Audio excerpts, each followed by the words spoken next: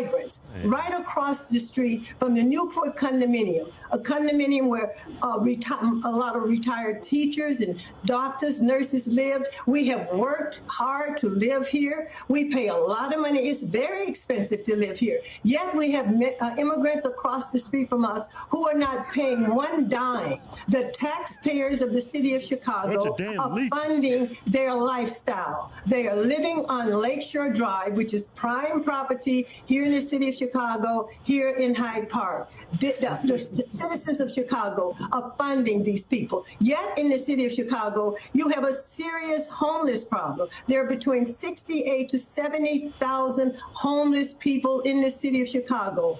Many of them, most of them are Black. 76% of these homeless people are Black. What is the city doing for them? Nothing. What is the city doing for Americans, Chicagoans, legal citizens of this country, of this city? They're not doing anything to help us, to help them. It is the responsibility of the Johnson administration. It is the responsibility of the governor of Illinois and the city of Chicago. It's their responsibility to take care of Chicagoans, Americans, legal citizens, and they're not doing that. This city has serious problems that they're not addressing. Greetings and welcome back to another video. So on this channel, you know, we talk about politics, we talk about family, we talk about children, anything and everything in between, aka Chicago City Council voted to spend even more money to deal with the migrant crisis. The city alderman agreeing to throw in an additional $34.5 million. It breaks down to $33 million in Homeland Security grant care and $1.5 million in tax increment financing money. It'll be used to buy a property in the North Park neighborhood, formerly used by the Marine Corps. It'll be converted into a shelter to house 550 migrants. I'm bringing this video because this has been popping up a whole lot in Chicago and New York. So we know that the governor of Texas is busing or has been busing migrants to these Democratic states. And it's now becoming a problem for their residents. So much that hotels are being occupied by migrants, and posh or nice areas where regular people are not able to afford are now being housed by migrants, and they're really raising an uproar with what is happening. And I think that this is fine and this is necessary and needed, because I think that the Democratic Party is just focused on bringing migrants in for one reason. And I think that reason is for the vote. You see, everyone and anyone deserves the opportunity for a greener pasture, for something better, right? But it's the process in which it's being done, right? And that process for Democrats is to try and bring folks in and then provide them citizenship, provide them access to change the voting system. The residents of New York and of Chicago, the Chicagoans and the New Yorkers are now beginning to see that they as residents are not being taken care of. You know, there's about 60,000 to 70,000 homeless people in Chicago.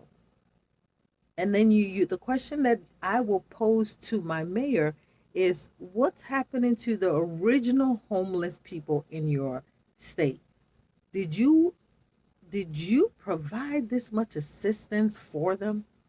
Is there a reason why you are bending back and over for these people? What's the plan, you know? And I think that's the uproar that is happening, and that's the questions that these people are having, because they're saying that not only are you taking care of them, you're using our tax money. Mayor Eric Adams says the migrant crisis will destroy New York City and cost $12 billion over the next 3 years. This past weekend, Mayor Adams ordered all city agencies to slash their budgets by 15% just to compensate for the increased costs. But now you're taking that money and you're using it to fund for people. You're using it to fund people who are not natives, right? who don't belong here, who are actually invading on what is supposed to be ours. See, this is where the Democratic Party is going to really have a struggle with its current voters, right? So about what 2 million people, 2 million immigrants are coming through the border in the last few years. Okay, that's fine. But will that 2 million be able to cover the loss of the Democratic Party that will leave the party based on what is happening? Because a lot of people are waking up. A lot of people are beginning to ask questions and no longer wanting to just go with the idea of I've always voted Democratic, so let me keep checking. Let me just keep checking the same box. You see, and this is where I feel that is going to be a loss for the Democratic Party. Yesterday on the View Sunday. Over the past 5 elections where you've had a Democrat win, they needed the black vote. 91% of African Americans voted for Biden and will continue to vote for Biden if Kamala is his running mate. I would be very careful, President Biden, about getting rid of Kamala Harris because we will not support you. Wait a minute.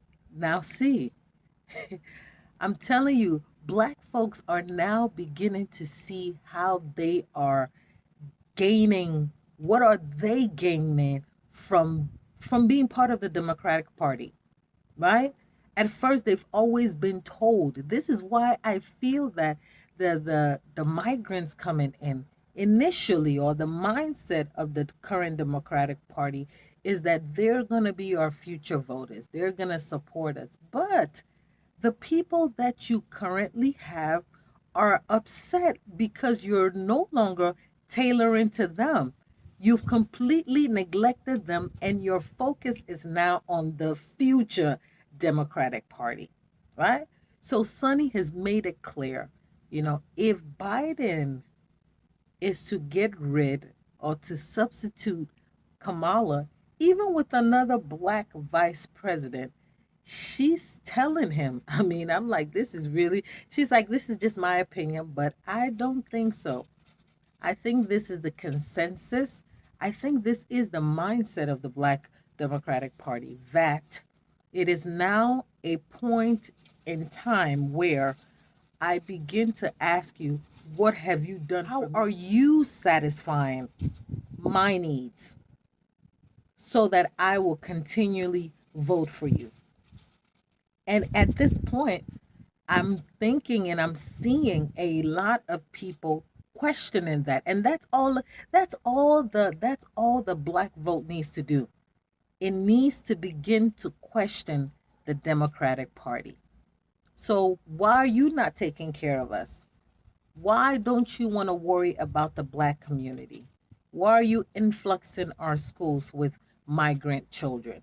Why are you putting them in these nice buildings and you're giving them food and shelter and clothing? Nobody's saying they shouldn't do that. I believe America is a great nation and this is what America does. But as much as America is doing that for the migrants, it's losing focus on its citizens. Right. Its first priority.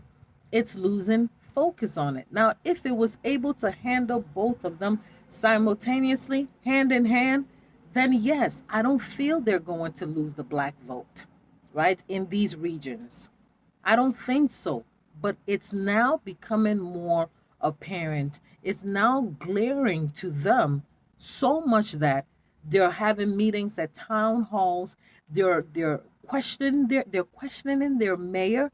And even look at New York. Look at Eric telling us that Biden has left him red-handed. Like, I need help. This kind of bill is so massive for these cities. I have instructed my team to work closely with city agencies to reduce the impact that these cuts may have on New Yorkers who rely on our services. The simple truth is that longtime New Yorkers and asylum seekers will feel these potential cuts, and they will hurt. You're talking about millions of dollars just to house a group of people for a day. How long can you contain that stage? I think America needs an awakening for it to know the situation that it's in, and I don't think that will come without a strong shift in power, and that will definitely be that will set America on the path that it needs to be. America is a great nation. America has always been a great nation, and for those who don't feel that way, I think you need to look around the world, right? You need to look around the world, want to see other nations, and you will definitely see that America is a great nation. Thank you so much for sticking with me on this video. I need you to like, I need you to share, I need you to comment.